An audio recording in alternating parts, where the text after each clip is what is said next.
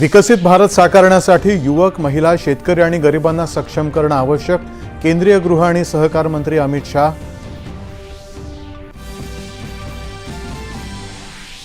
विकसित भारत साकारण्याच्या प्रवासामध्ये युवकांची भूमिका महत्त्वाची. उपराष्ट्रपती CP राधाकृष्णन.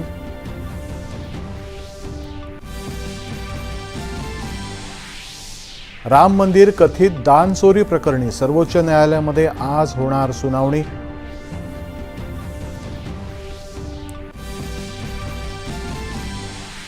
प्रश्नपत्रिकेतच त्रुटी असल्यानं UGC नेटच्या इंग्रजी, कॉमर्स आणि समाज विज्ञान या विषयांची सप्टेंबरमध्ये फेरपरीक्षा घेण्याचा राष्ट्रीय परीक्षा संस्थेचा निर्णय.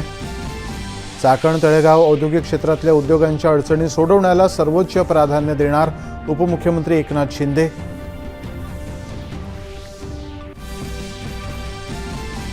राज्यातल्या पहिल्याच श्रावणी सोमवार निमित्त आज शिवमंदिरांमध्ये भाविकांची गर्दी. नागपंचमीचाही उत्साह.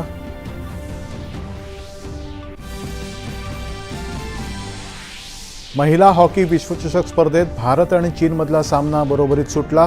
दोन्ही संघांचे प्रत्येकी 2 गोल्स.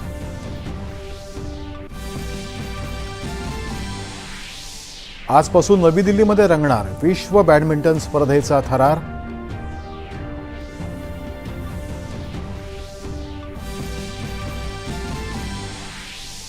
आणि ओदिशामध्ये मुसळधार पाऊस आणि पुरामुळे जनजीवन विस्कळीत. 947 गावं पाण्याखाली. बचाव आणि मदत कार्य सुरू. नमस्कार.